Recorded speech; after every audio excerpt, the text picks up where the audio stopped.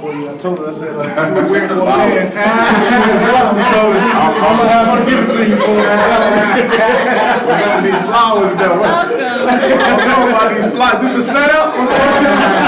I'm working with the conscious community.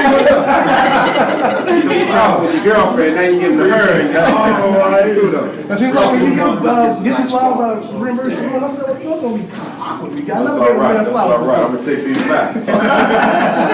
Ancestral altar, you know What's what her I mean? name? Ebony. Ebony, all right. All right, Ebony, thank you for presenting such flowers to such a distinguished man, okay? Okay, thank you, of course. I'm happy to do my part. Okay, well, we can't be here so basically, I guess here's how it goes. I want to introduce, Dr. Umar, introduce each media outlet. Where you want me at here? Yes, here. Each media outlet that is here, and then we'll go to each outlet, and you can ask your questions, and then we can wrap it up, because we got to be out of here by 8:30 anyway. So, I'm going to ask them to be a little quiet. That door shut? Well, we'll try that first. No, this slide. You said their door shut. So. Yeah. Do we have? Yeah, she's loud. Yes, she told me that. And be ready to stop. Oh, can you do that?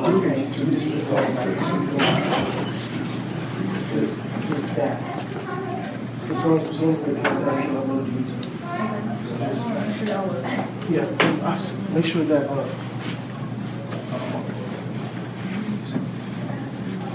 Light. That's a dark brother right there. It's all right. Melanin does a body good. Nothing wrong with that. Okay, you actually go ahead and live. Go live.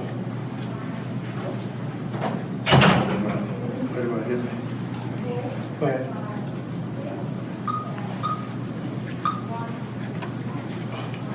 Good night, good afternoon, Jacksonville family. I am here with Dr. Umar. Most of you guys have heard the interview that we did on last weekend, the week before. I'm Robert Simmons, by the way, the host of Real Talk Robert. We're going to get right into it. I'm going to let Dr. Umar introduce himself, then we're going to go to the media that's behind us. So without further ado, go ahead, Dr. Umar. All right. Good evening, Jacksonville, Florida. Dr. Umar Johnson. I'm here visiting you from Philadelphia. I'm a doctor of clinical psychology, certified school psychologist and principal. And I'm here to deliver a lecture tomorrow to the community, especially the parents, as it relates to the school to prison pipeline, the psychoacademic holocaust, as I call it, from grade school to the graveyard. My expertise is in fighting to keep our children out of special education. That's what I do professionally. I evaluate children. I evaluate adults as well, clinically, but educationally is where most of my work is done, in the schools, fighting for parents, helping parents protect their children's rights. So I'm really hoping that all of you coming out tomorrow afternoon rather, to the Regency Square Mall Event Planning Center for the event. My book will be there, Psychoacademic Holocaust. I'm the author of that, which is the only book written by a black school psychologist that teaches parents how to fight against the war of miseducation. I'm also a former Minister of Education, Marcus Garvey's Universal Negro Improvement Association, and I'm founder of the National Independent Black Parent Association, which we will be talking about more tomorrow. All right, now we're going to jump right into the questions. The first question is coming from the Educational Variety Hour, and that is with Mr. Sir Gene Dawson, a multicultural family television program. Sir, go ahead with your question. Dr. Umar, you just gave it 2 thumbs up, so just empower us on what you want to, what's the forte in your heart for all the communities. Talk. Well, I think that one of the greatest weapons used against us as African people is disorganization. Mm-hmm. And at the center of that disorganization is self-hatred. And the seed of that self-hatred is our racial inferiority complex. We talk about the disunity a lot. We talk about the racial self-hatred a lot, but we never talk about the inferiority complex. At the foundation of this is an inferiority complex that is rooted in our post-traumatic slavery disease. And that is at the heart of why we can't come together. That is at the heart as to why we cannot function as other cultures do to preserve themselves. We are overly addicted to participating in everyone else's reality. And at the same time, we don't want to build our own reality because most of us don't have any faith. We lack faith in what African people can do. And this is ironic because in the religious community, whether it's the mosque or the church or anywhere else, you hear a lot about faith. Faith is a central part of African spirituality and African culture, but it's amazing how much faith we lack in each other. And then close, because we have others standing by.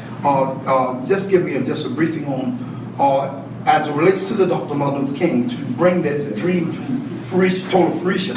What can you say to the people out there to fruitify that dream, fruitify the dream of Dr. King? Talk to our different cultures. Well, I think, first of all, there has to be clarity made on what exactly Dr. King's dream was when he joined the ancestors. The dream that he spoke of at the 1963 March on Washington was not the same dream he was speaking of the last year of his life. And that dream that he was speaking of the last year of his life was about building an independent political economic power base for African people in America. In fact, I would even venture to say that Martin Luther King, Dr. King's dream, the last 12 months of his life, was not, if at all, different from Marcus Garvey's dream at the end of his life. In fact, I believe Dr. King was murdered for the express purpose that he began to change direction and he stopped advocating for civil rights and started advocating for economic empowerment.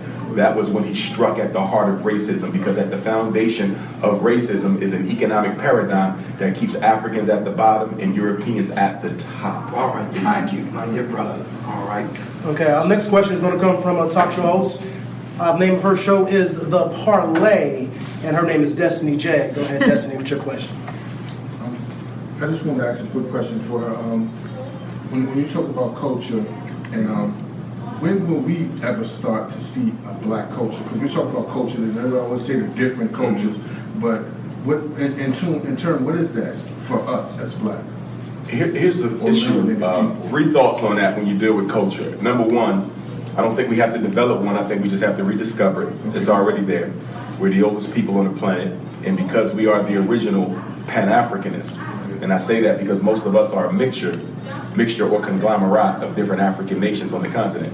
So we are a Pan-African people. So when we go home, we can claim West Africa, Central, Southeast. It doesn't matter because we're a mixture. So we're the only organically Pan-African culture in the world, okay? Now, with that being said, we just have to discover culture. But here's the other piece. I think sometimes within the black consciousness community, the brothers and sisters can get so trapped in ancient culture that they fail to recognize that culture is always evolving. It is always a becoming. So you're supposed to take the principles of traditional African culture, but then make them relevant to today. The principle don't change, but the manifestation might. But we're so caught up into looking African, we feel like we have to dress like they dressed 5,000 years ago in Kemet, but we have to dress like they dressed 1,500 years ago in Ghana. No, no, no, you're only dealing with the superficial aspects of culture. Culture is about the principle that governs a people's living and learning. So take the principle, but change the manifestation. So you don't have to wear flip-flops, you ain't got to have a cobra at the front of your head, you understand?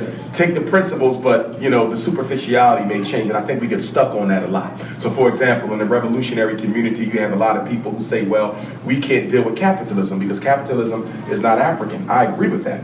We will not tolerate capitalism, but do not reduce capitalism to the buying and exchanging of goods. African people have always bought and exchanged goods. That's not capitalism. Capitalism is the private ownership of the means of production where a few control the ability of the millions to eat food and feed their babies. So commerce and capitalism are not the same. We blend them. And then the third thing is the intellectual aspect of this. I think that some of us think that if we can regurgitate culture, okay, if we can imitate traditional African cultural expressions, that means we're no longer suffering from Willie Lynch. Nothing could be further from the truth. You can be African in all your cultural manifestations, but until the Renaissance has seeped into the subconscious, until you've changed the way that you think, no matter how you dress, no matter how you wear your hair, no matter what you name yourself, no matter how many trips you take to Africa, you will still be a slave until you liberate the unconscious mind. Culture is not about a materialistic, superficial transformation. It's about a deep-seated subconscious transformation. And until we've made that move, we'll make no other. Right. Was that for her, or did she have a... Yeah. Okay, all right. Next we have Let's Talk Politics with us. And in the building we have Mr. Frederick Wilson and Catherine Taylor. All right, thank you. My question, Dr. Johnson, you talked about your school and the necessity of Yes, sir. African heritage. Do you recommend all cultures have their own schools to teach their own heritage? And how does that blend in how does that work? Does it help to build our country, or some people might say it might help to separate our country? What's your response to that? Well, I'm not aware of any culture that is a true cultural expression that does not control the education of its youth. I'm not aware of any culture that doesn't control the education of its youth.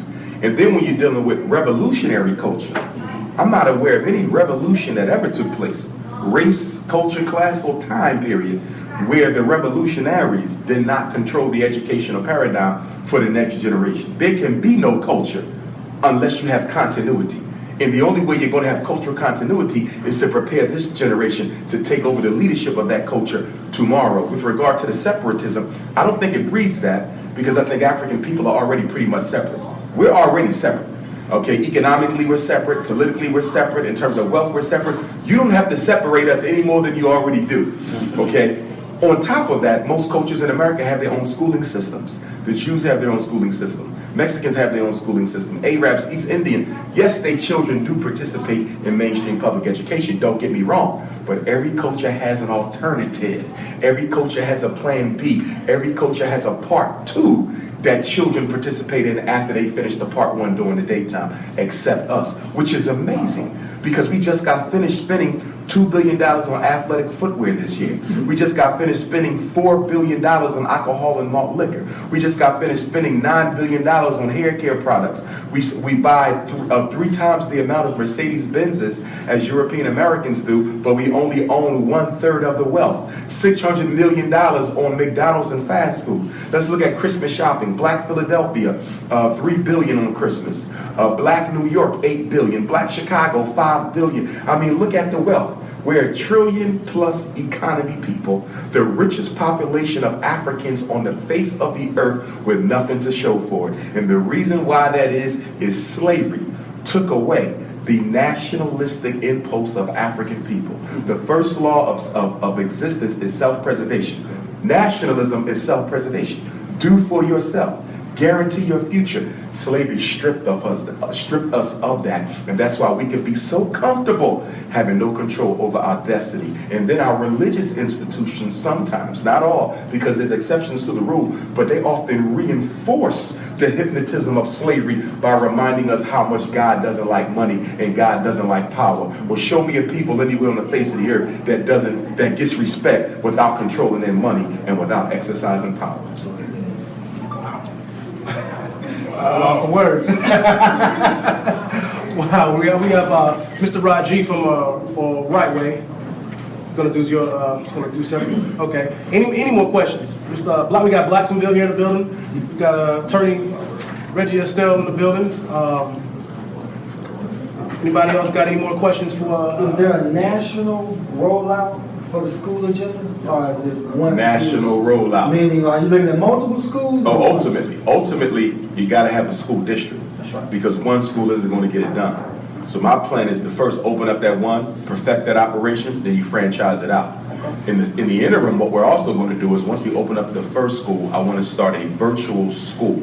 Okay, not a cyber school. I'm not a fan of cyber schools because I don't think computers should teach children. I think people should teach children. Right. So with the virtual school, they'll be able to tap in, just like we're doing now. Okay, so a child is in his house and he's actually in the classroom. His classmates can see him, and he can see his classmates. So I want to do a virtual school program. I met some brothers up in Detroit. No. We got that, brother. Oh, y'all got that? We got that. All right. Right, we got that, and we want to make All sure that we can be a part of that. Because that's right. the number one problem right now, is the Yes, continuation of learning. Yes, sir. We can't extend it beyond these 4 walls, and we ain't in the business. Yes, sir. of I agree with education. that. I agree with that. So we Yes, got sir. that, and we look forward to working with them. We'll do.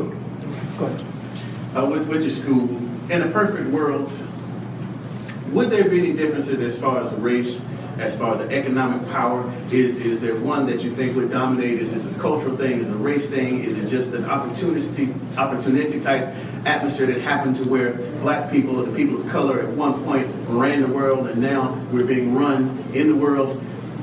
In the perfect world, after your teaching, after Marcus Garvey, was his vision successful? After King, after X, after all successful, what would it look like to you? The vision for me, for us as a people, would be no different than what we see other cultures being able to do, and that is political economic control over all aspects of one reality that is necessary in order to perpetuate one's culture in existence. That means we have to do what? We got to control the economic establishments, we got to control the churches, we got to control the politicians, okay? We have to control the commerce, we have to have our own supermarkets, our own gas stations, our own airlines, our own import-export industries. We're the only people on the planet who do not have an import-export distribution network that is global. If there's something that you want to sell, if you have your own water, you want to sell this water to Africans all around the planet, you're going to have to go to European Jews, you're going to have to go to Chinese, you're going to have to go to Anglo-Saxons, you're going to have to go to FedEx, you're going to have to go to the post office, you're going to have to go to DHL. You understand? Yeah. There's no African distribution network. That is one of the greatest handicaps of the Black economic empowerment movement. We don't have a distribution network. Even within the music industry. What happened a couple years to Puff Daddy? Okay, he was in a situation where he couldn't distribute his music because he lost the distribution deal. So he had to hurry up and find one. With all these multi-millionaires, why do we not have a distribution network? The reason why we don't is because a lot of Black folks, once again, don't have faith in ourselves. So they don't want to put in the investment. They don't want to invest the millions that are necessary to create this international web of distribution. But we need it, because without that, someone else will always get a cut of the Black economic pie. We will never be able to control the entire manufacturing, distribution, and then selling of a product. That distribution, as long as we have to go to someone else for that, there will never be Black economic power. And if you don't have Black economic power, you don't have Black political power, because one feeds the other. Well, I got one question before we gotta get out of here. This is concerning the Black church. It's huge, and we're influenced a lot. That's why every election, politicians flock to the church. Everybody goes to the church to influence Black people. What can we do as a community with the Black church, if anything, to further the agenda? You have two alternatives.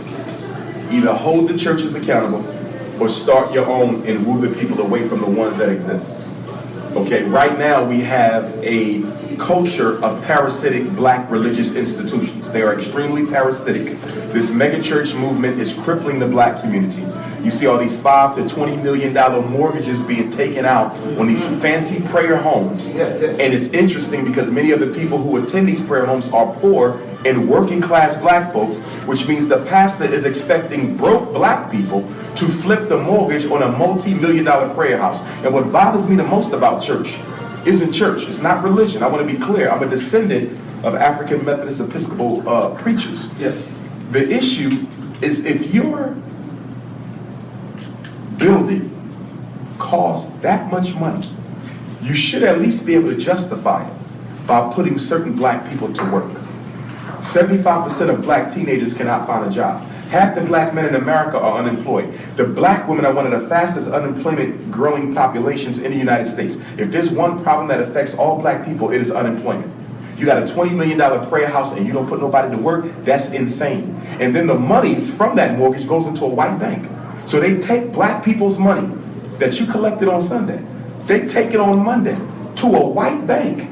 And that white bank takes Black people's Jesus money, rolls it into loans for other white folks that come into the ghettos of Jacksonville and push you out by raising up the property value when they build new construction projects. That means your Jesus money is being used to carry out the devil's work. Wow.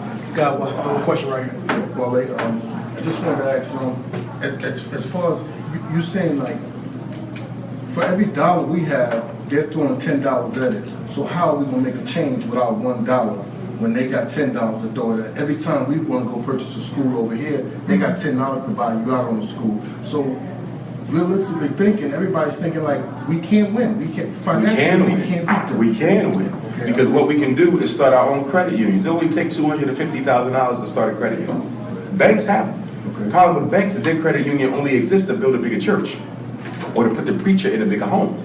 It's not a grassroots community empowerment credit union.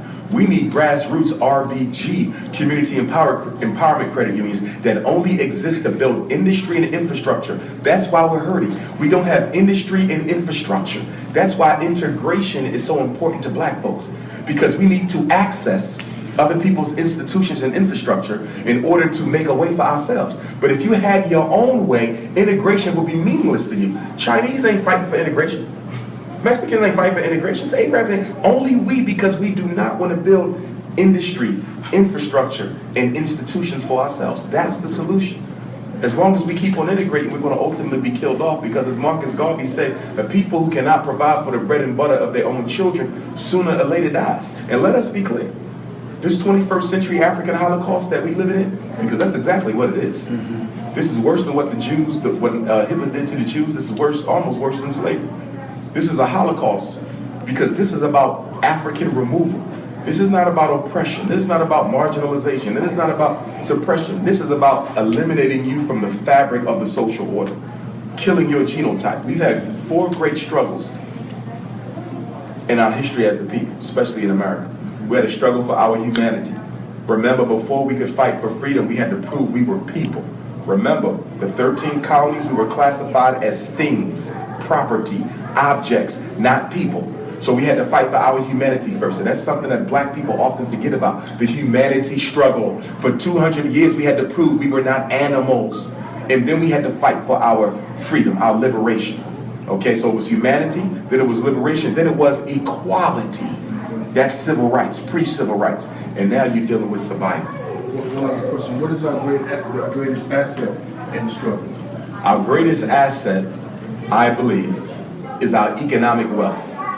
We have the ability to solve our own problems, which is why other cultures don't feel sorry for black America. They might feel sorry for black South Africa. They might feel sorry for blacks in the Caribbean. They do not feel sorry for us. How do a people who gross $1 trillion GNP every year?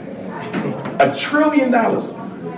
Okay, we spend more in a year than 25% of the countries in Africa have to spend collectively. You understand? So it's hard to feel sorry for people who have the ability to do for themselves what they keep begging the government to do. Now, there's certain institutions you have to fight the government for. You have to fight the criminal justice system, because you're not allowed to have your own. You understand? Yeah. You're allowed to have your own education system. So it makes no sense for us to be fighting the schools in Jacksonville for better treatment of our children, better curriculum, more black teachers, up-to-date school buildings and textbooks, when you just spent $600 million on McDonald's. You just spent $9 billion on weave and perm. You just spent $2 billion on sneakers. You're buying more Mercedes-Benzes than everybody else in America, but your children don't have a school yet. Our issue is our priorities. And until we prioritize ourselves, we will never be a priority to anyone else. Wow. Right. We'll take two more, and then we'll close out. Go ahead. You talk about the culture that we have to get back. But what is the black culture now? We've been separated from African culture for hundreds of years. Who are we now in your definition? We're still the same people. Okay. We're just lost and misguided. But here's another thing, and I say this to people. Even if we didn't have the rich history that we have, and we have the greatest history on earth, even if we didn't have that, the mere fact that you are a human being who is being disgraced daily should provide you with enough motivation to do something about your condition, even if we didn't build the pyramids, even if we didn't create this, even if we didn't have none of that, we should still have enough self-respect that forces us to get up and do something. So I don't even need the benefit of the backdrop of my history, because I can't live off the achievements of my ancestors. We can't live off them forever. Every time we run through something, we can't say, well, we built the pyramids. Well, guess what? They'll put your ass in a museum with the pyramids if that's the case. You understand? So ultimately, we got to create from our here and now. But here's my premise. We have to train, as Dr. John Henry Clark said, a revolutionary generation of African children who are willing to go through the necessary sacrifices to make us free. With all due respect, as a psychologist, I have to say this.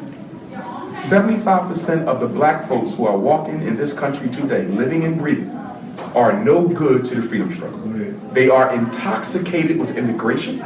They are addicted to white folks, and they are in love with white culture. They're no good to this. So what we have to do is find the ones who can still be salvaged, find the ones who still care enough to make a difference, and work with them. but we cannot embrace this utopic, I have a dream, every black person in Jacksonville is going to help us fix this problem. That's not true, especially when you deal with the black bourgeoisie, the educated elite class.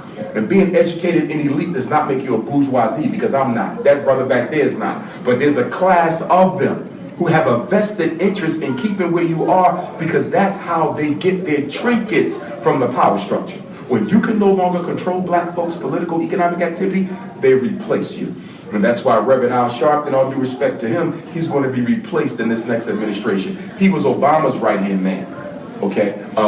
Jesse Jackson was Bill Clinton's right-hand man. Donald Trump's right-hand man will not be Al Sharpton. It cannot be. Why? Because Al Sharpton has proven with these last couple of revolts in the inner cities against police brutality, he can no longer control black folks. The youth have lost our respect for Al Sharpton because he has not delivered. So Trump now has to brainstorm who's going to be the next new Negro that I'm going to use to keep the blacks in their place. Wow, okay, Mr. Roger. Now that we've been through 2 terms of our first black president, what are your thoughts on, I guess, the job he did in office, positive or negative, and do you think it was for the better of black people or for the worse? Anytime we are brainwashed or hypnotized into believing that things are going to get better when they only are going to get worse, then that can never be a benefit. I believe it would have been better had Obama not been president. Had he not been president, Michael Brown might still be alive. Had he not been president, Sandra Bland might still be alive. The reason why the onslaught against black folks was so intense during the Obama administration, because every white person in America knew that he would not come to your defense. 3 things were unique about the Obama presidency. Number 1, he's the first president out of 44 who never heard a peep out of black folks. Even back in the days of George Washington and Thomas Jefferson, even free blacks back then were protesting the president to bring an end to slavery. You never had a president who did not have to hear about the trials and tribulations of black folks. So he was unique. He's the first one who had a perfect blackout, no criticism and no demands. The second thing about the Obama thing that was different is he's the first president who ignored us and we celebrated him. We never celebrated a president for ignoring black folks. Obama's the first. And the last thing that he did was he homosexualized the whole black community in 8 years. That was his story. When Obama took office, homosexuality was not accepted as a normal way of life. We've always had it, but there was rules and etiquette to homosexual behavior. There was rules and etiquette. So for example, if you were homosexual, you knew you would not practice intimacy around the children. If you came to Christmas dinner, your partner would have to conduct themselves in a certain way. There were certain things that we did not expose our children to because as African people, we've always believed in heterosexual relationship. Obama transformed that whole thing in 8 years, and it was done for population control reasons. It has nothing to do with homosexuality. 2 women cannot reproduce, 2 men cannot reproduce, and if we can condition the children to live a life of same-sex relationships, we can prevent their ancestors from ever reproducing again. This is an extermination. Everything that's being done to us right now is being done with the end in mind, which is removal of all African people. The abortion rate. We kill more children in utero than gangbangers kill on the corner. Most of us think that black-on-black crime is the leading cause of death.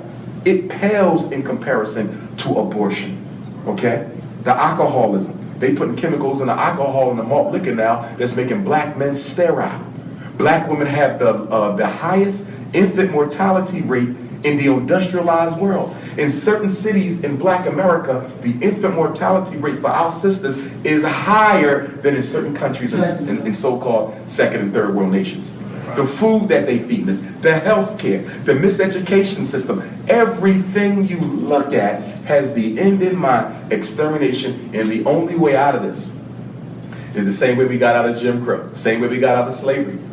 You have to have a sustained, protracted, comprehensive, mass movement by black folks. If we do it together, there's nothing we cannot do. The problem is since Dr. King, okay, and he was murdered April 4th of '68, so in 2 years, that'll be 50 years since the murder of Doc by the FBI, CIA, Italian Mafia, and the KKK, right? In those 50 years since Dr. King's assassination, we haven't had not one protracted, comprehensive, sustained movement by black leadership in 50 years. We've turned into protracted movements for one-day revolutions. Million Man March, one-day revolution. Al Sharpton is marching on DC January 14th.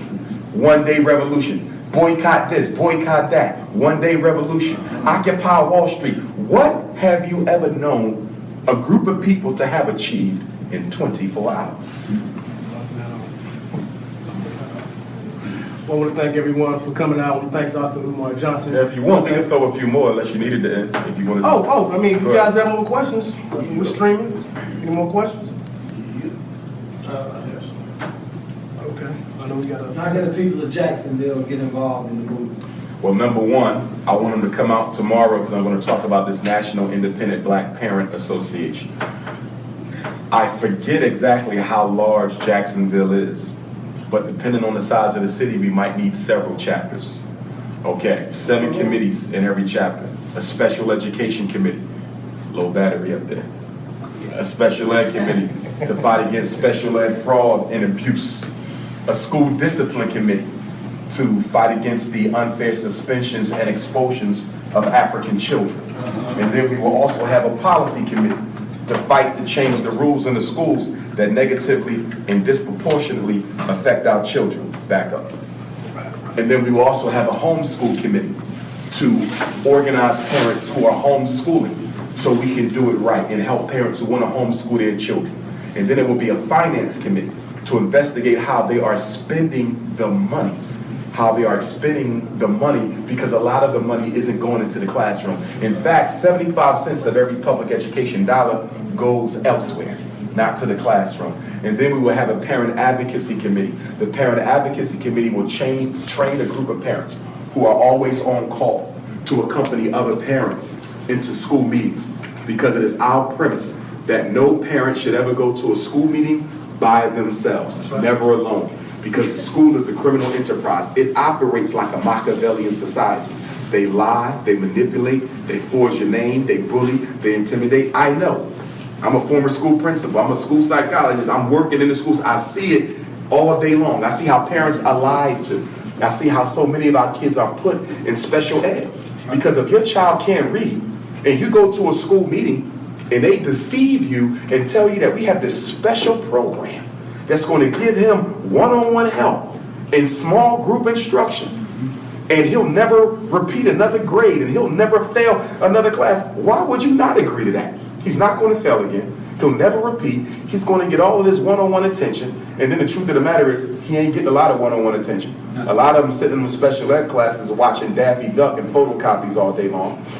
You understand? It's a joke. Special ed shouldn't even exist, honestly, unless the child is deaf or blind, traumatic brain injury, autistic babies, someone who's truly intellectually impaired. But for learning disabilities, you can't prove that. ADHD, you can't prove that. That's a theory. ADHD is a theory. The reading disability is a theory. Emotional disturbance is a theory. But 85% of black kids in special ed are in for what?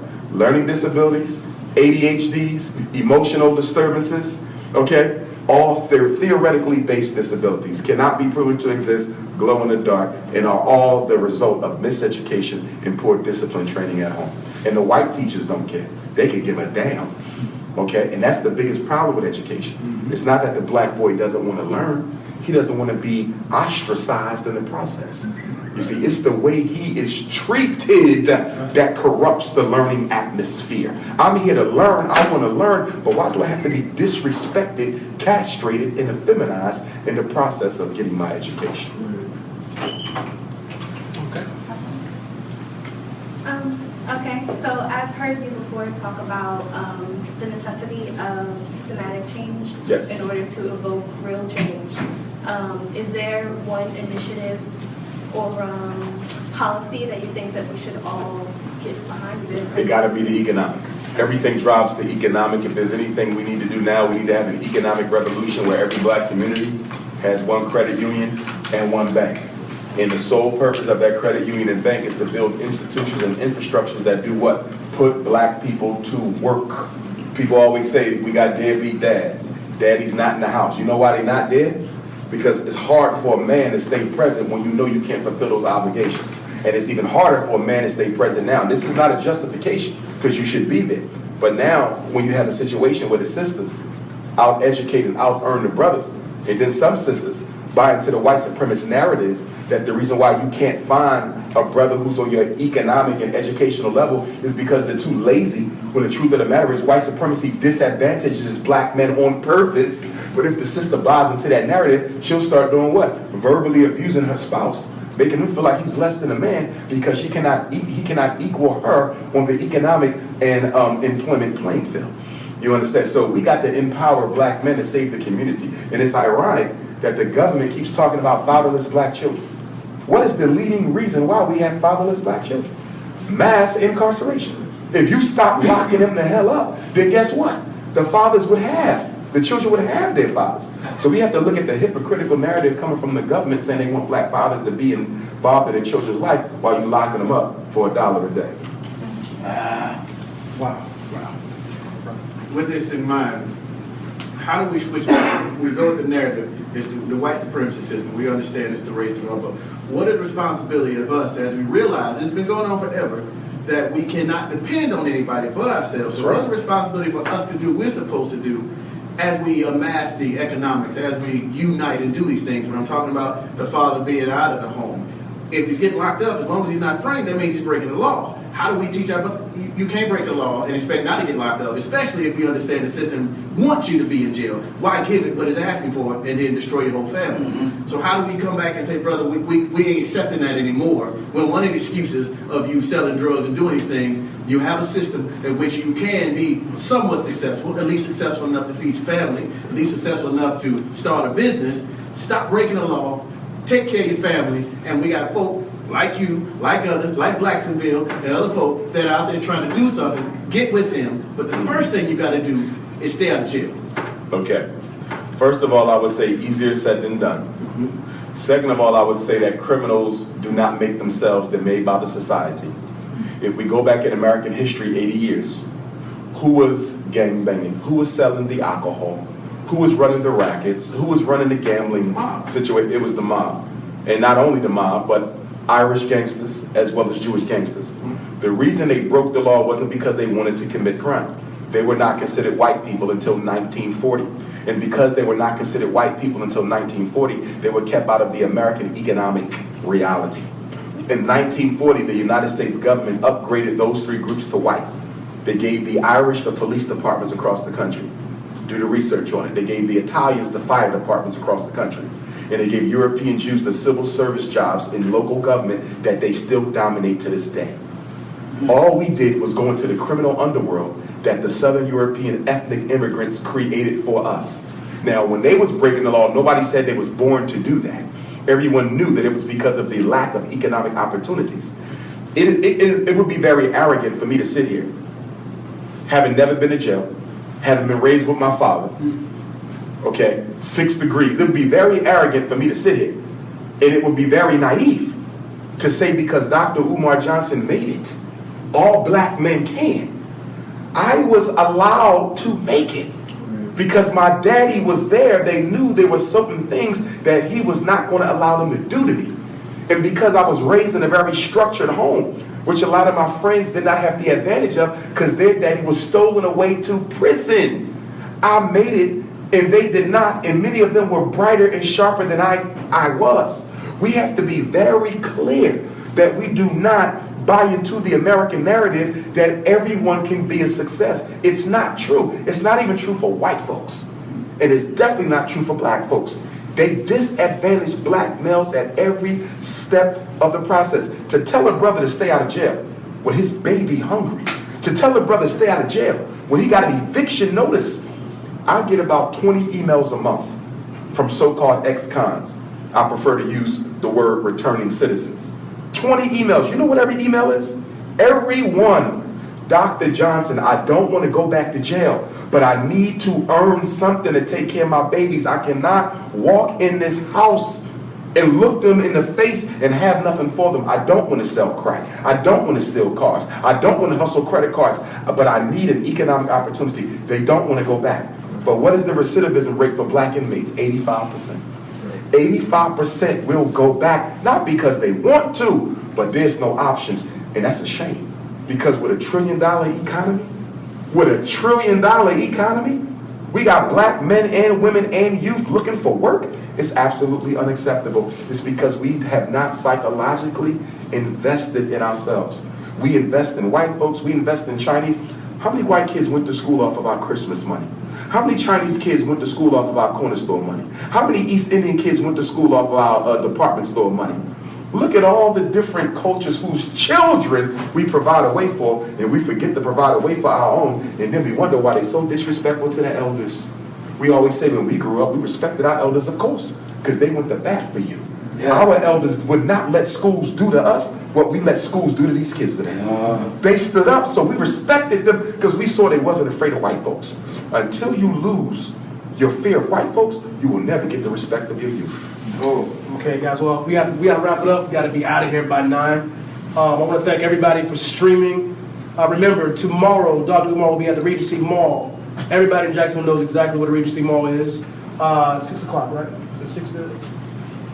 Yes, because it's a Wednesday. Right. 6 to 9. I'm sorry, I just came from Baltimore yesterday. My apologies. 6 to 9. Doors open at 4 o'clock. Please come out. Powerful message. Not only will we be dealing with miseducation, which is the big piece of tomorrow night's meal, but we will also deal with the self-hate. We will deal with the white supremacy. We will deal with Pan Africanism. We will deal with economic empowerment. We will also deal with black male-female relationships. I'm going to bring you up to date on the school fundraising project. I'm going to bring you up to date on this coming year's Black College and Consciousness Tour. For those of you who have 11 to 17-year-old boys and girls, we'll be leaving from Atlanta. That's June 28th to July 12th. I'm also going to bring you up to date on the Repatriation Task Force, 90 days and 90 nights in Africa with me, building a community of Africans who want to go back home. And I'm going to also have some information on the next 2-week Africa trip that we take every year. So Dr. Umar is here.